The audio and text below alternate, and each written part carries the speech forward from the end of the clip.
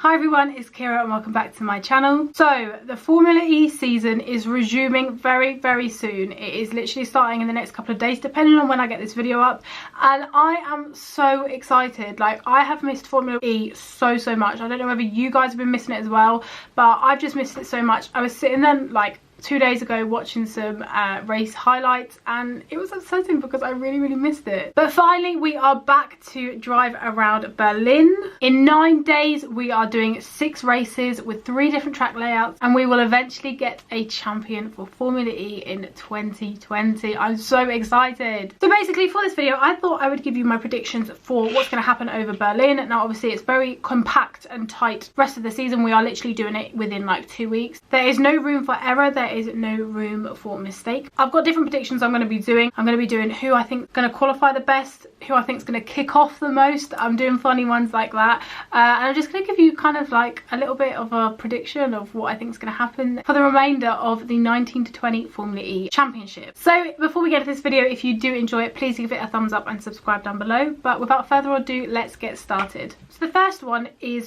who do I think is going to qualify the best and get the most pole positions? Now I'm pretty sure every single day we're going to be doing qualifying, practice and the race, just like we have been doing on most Formula E weekends. So it's going to be very jam-packed, and we're going to have qualifying for every single race. Now I believe that Maximilian Günther is going to be the one to get the most amount of poles and the one that's going to qualify the best over every single race. I just think Max has really turned a corner. He struggled quite a bit coming into Formula E. He had a lot of problems with his car and other factors basically, and he was very much in and out of the seasons. He was never like solid, and I feel like this year he's been much more solid. He's kind of come into his own more. Obviously he's very comfortable with BMW, so I think that that's going to be really good for him. And I just think he's so fast. Like, he's so fast, especially watching him in that virtual race at home challenge. He was so fast. Like, he's absolutely amazing, and I think he's going to take that onto the real track, and I believe he's probably going to be the one that qualifies the best and get the most amount of pole positions. Next is who is going to gain the most positions within the races, and I have said either of the Nissan boys, Sebastian Buemi or Oliver Rowland. I don't know why, but I've got this feeling that they're not going to qualify very well, and I know that's really bad, but I just got this feeling that they might not qualify as well. But at the end of the day, they are so fast. They've always been fast. Last year and this year they've been so fast.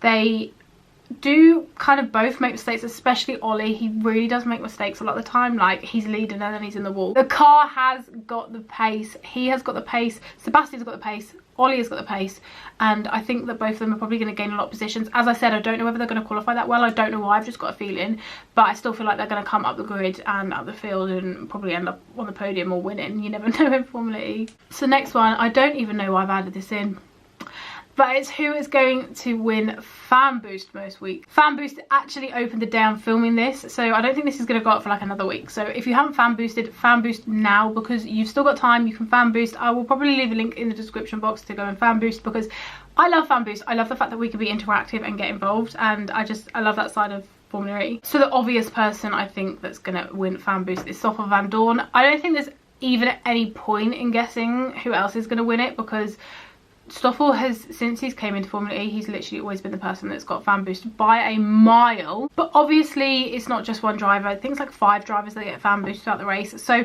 in terms of other drivers, I think Antonio Felix da Costa is going to get a lot of fan boost. I know he's been the championship leader, and maybe that's why people like what people are latching onto, but actually throughout the start of the season before lockdown he was getting a lot of fan boost. He was coming second a lot, so I think he'll probably get some. And also Nick de Vries, he's obviously Stoffel van Dorn's teammate, and he is all round a very nice guy, very good driver, current Formula 2 champion. So I probably think he is going to get some good fan boost votes as well. And not gonna lie, I think he may or may not be getting my votes. Okay, so moving on to the next one, that is who is going to retire the most, and I'm gonna say James Calado. He's been very clumsy this year. He's been very clumsy. He has retired a lot of times. He's made silly mistakes. I don't know whether he's quite up to grips with it. Obviously I know Formula E is a very different series, but at the end of the day there's been a lot of other people that have come into the sport and have done very well, and he's not clicking for him, and he's made silly mistakes.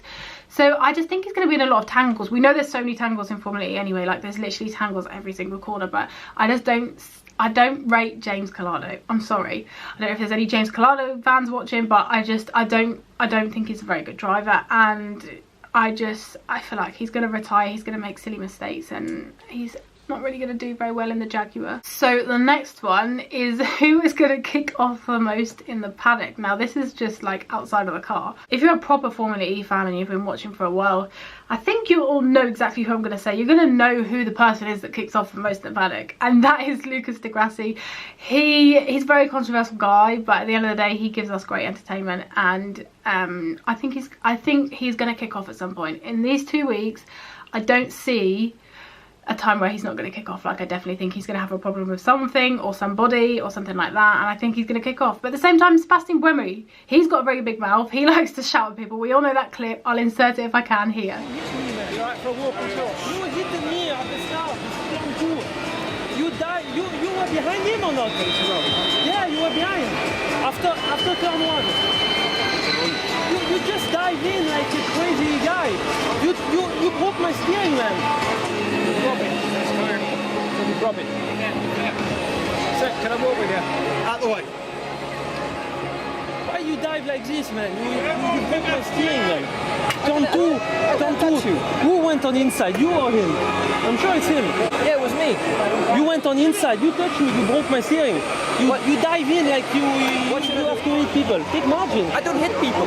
Yeah, well, then you hit me, man. No, I don't hit anyone. Yeah, you hit me. I had a choice to make. Hit you or dive. It's your choice. Yeah, then you hit me. You hit me by diving. Next time I break your rear wing. Alright? Yeah, just do that, man. You think you're better than anyone or what?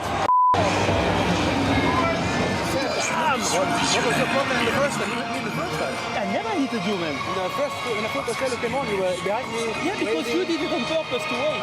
No, I did nothing. Yeah, but then at the exit of the box, you released the pit limiter. I forgot you were on Super Cielo, and you hit me big time.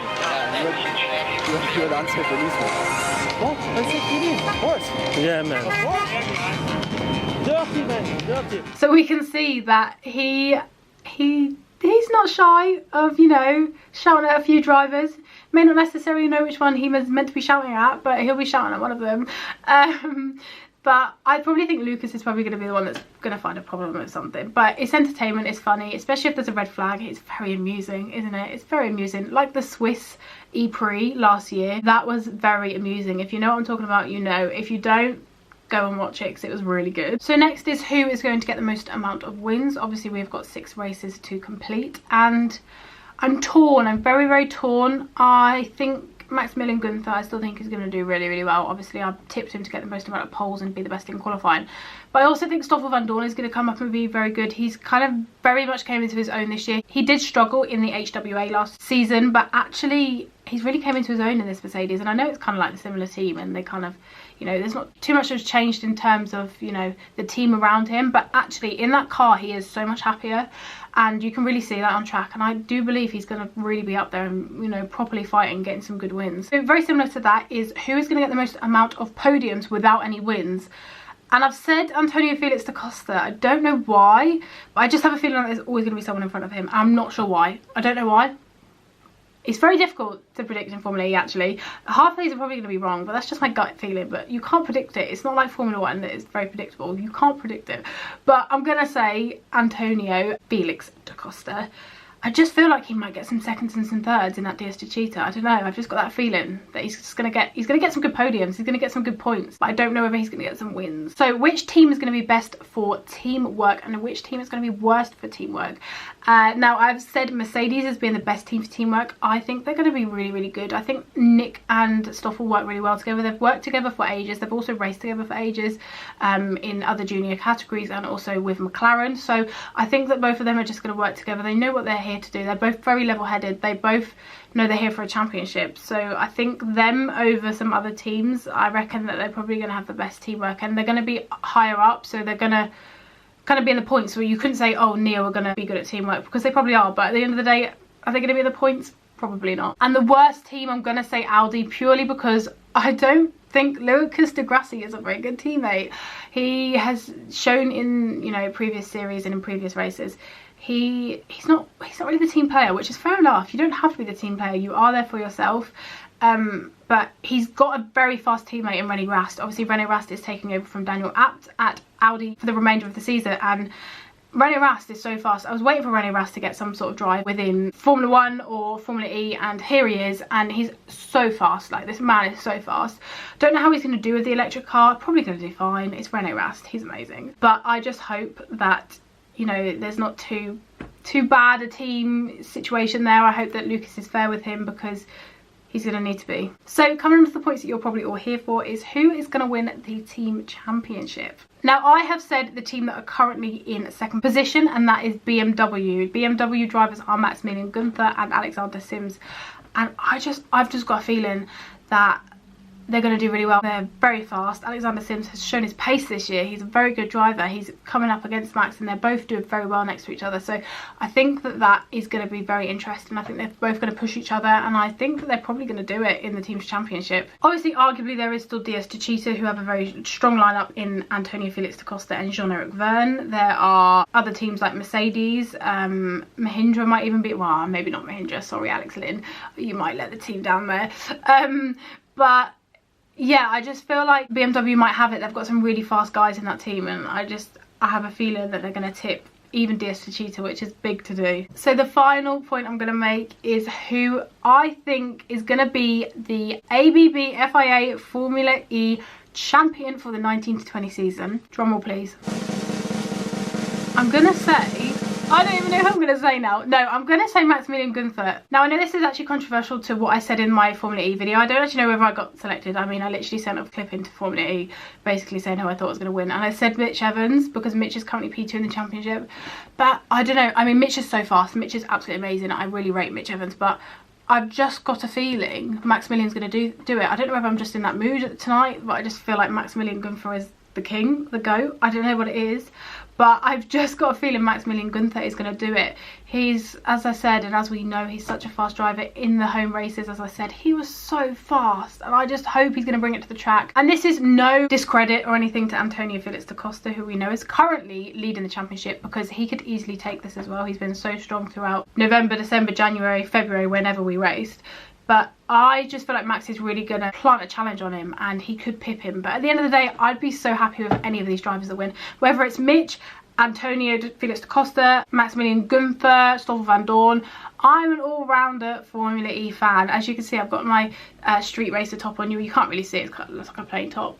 But it is the Formula E merch. I just like getting plain Formula E merch because I just love Formula E. But I'm here to do a prediction video, so I'm going to say Maximilian Günther, and if he doesn't win, then we're just going to pretend I didn't say it. So there we have it. That is it for my video. I hope you did enjoy my Formula E predictions. So let me know if you're going to be watching the Formula E season. I know a lot of people that weren't watching it before, but actually throughout lockdown have caught up. Formula E have all of their races from any single series on their YouTube channel, so it's so accessible. It's so easy to watch if you haven't already. So please go and watch it if you haven't. Their website will be linked down below, and also Fan Boost, where you can get involved. If this was like a sponsorship for Formula E, but it's literally not. I just want to big them up because I love them so much. But yeah, let me know if you're going to be watching Formula E, which returns on the 5th of August 2020. But yeah, thank you for watching again. Please like this video and subscribe to me down below. But yeah, I will see you again soon for another video. Goodbye.